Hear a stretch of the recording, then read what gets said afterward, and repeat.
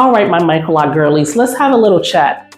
So there are some people out here that are afraid or assume that locks, when they get really long, your roots start to thin, or they're afraid of the Stevie Wonder effect. Let me just give you all some truths about thinning roots if your locks are very long. There are a lot of misconceptions involved, and I'm going to cover this in this video. Stay tuned.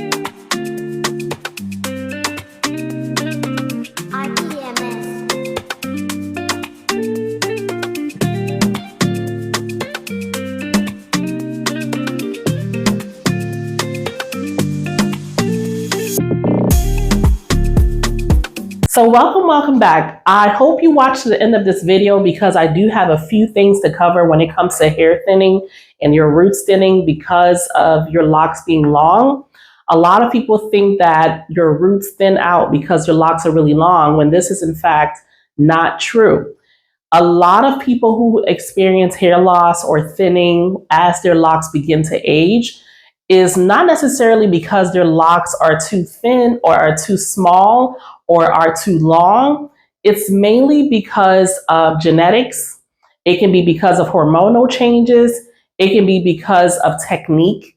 So this is what I teach in my classes, that with my Microloc students, is that depending on the technique that they use, if it's improper, that determines the longevity of the client's locks. So there are lots of people out here right now that are going to Microloc specialists that are not using the proper technique as far as the rotations are concerned.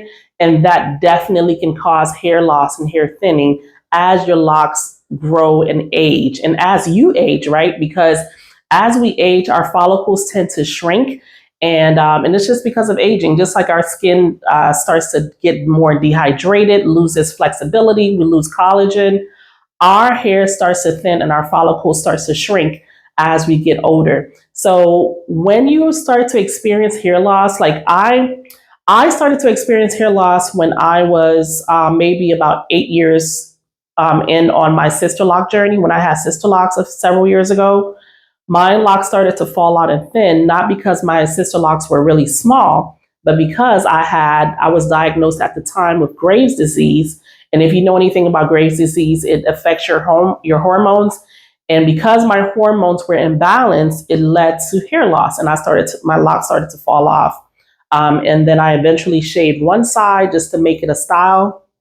I was going to ride it till the wheels fell off, and the wheels eventually fell off because I ended up shaving off my sister locks and combing them out, just shaving around it and combing it out at the top. And then I restarted my Microloc journey.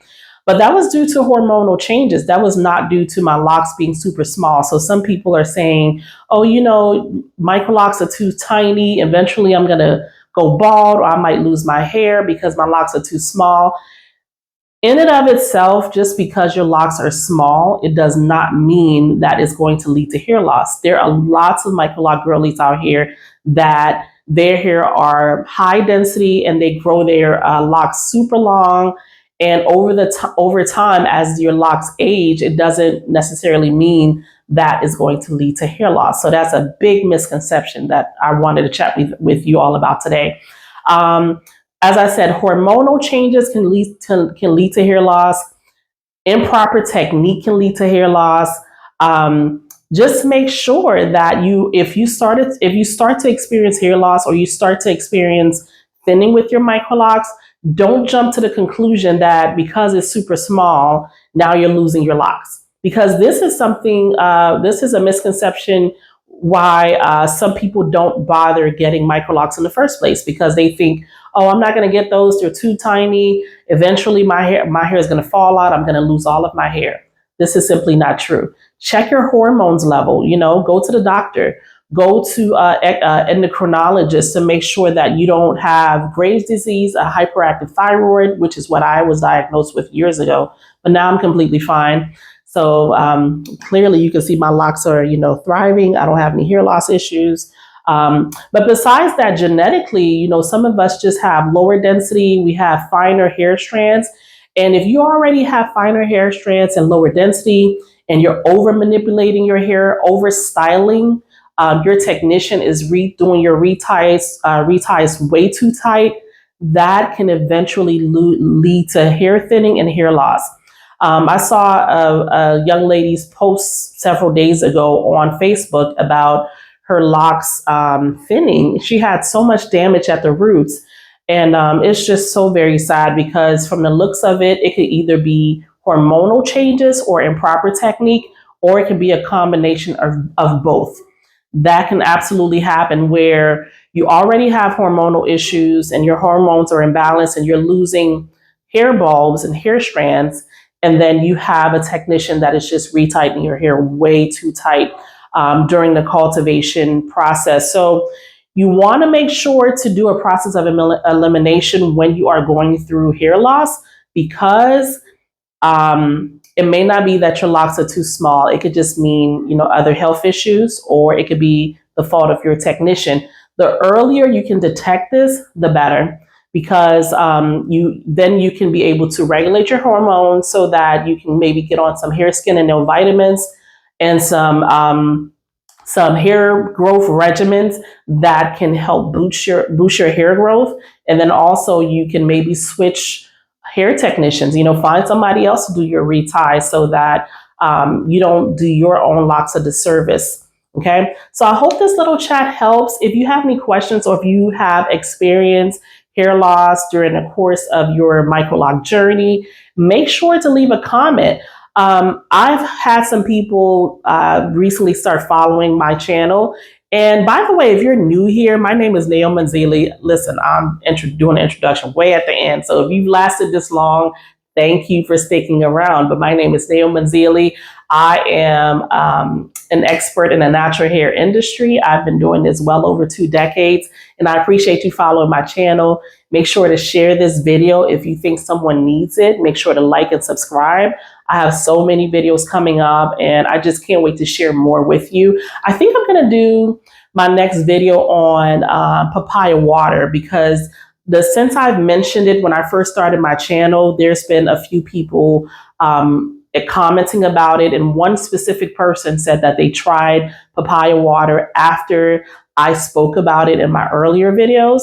So I think I'm going to touch on that more, maybe in my next 2 videos, to tell you the benefits of papaya water and maybe even do a quick demo of how to make it from scratch so that it can benefit you. It works really well for something like hair growth. While we're on a subject of hair thinning and hair loss and things like that, papaya water is great for hair growth. It's great for itchy scalp. So now that you guys are hearing it out here, because the huge thing is rose water, right? Everybody's on a rose water bandwagon and use rose water, use regular water, but papaya water is excellent. So as you all start following this channel and watching these videos, and all of a sudden everybody out there is using papaya water, listen, just know you heard it here first. Possibly somebody else could have said it out there, but I don't know.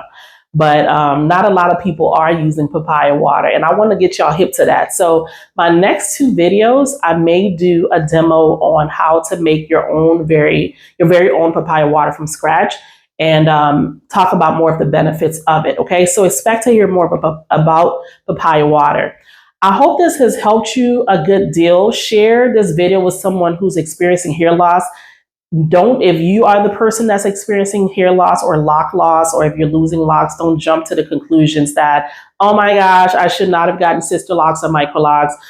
They're too tiny. All of my locks are going to break off. Now, there's a little truth to your locks breaking off because maybe you started off with the incorrect method or the incorrect size. Not everyone is eligible for the same size, right? So if your technician started you off with your size being way too small for your density, that can also lead to hair loss. So all of those things, right? So hormonal changes, genetic, what you acquired genetically, improper technique, and that includes the install as well as the maintenance.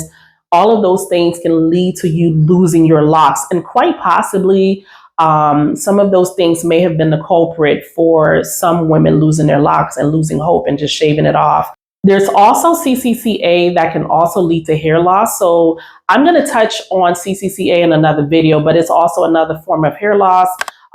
due to scalp issues. It's a scalp disorder.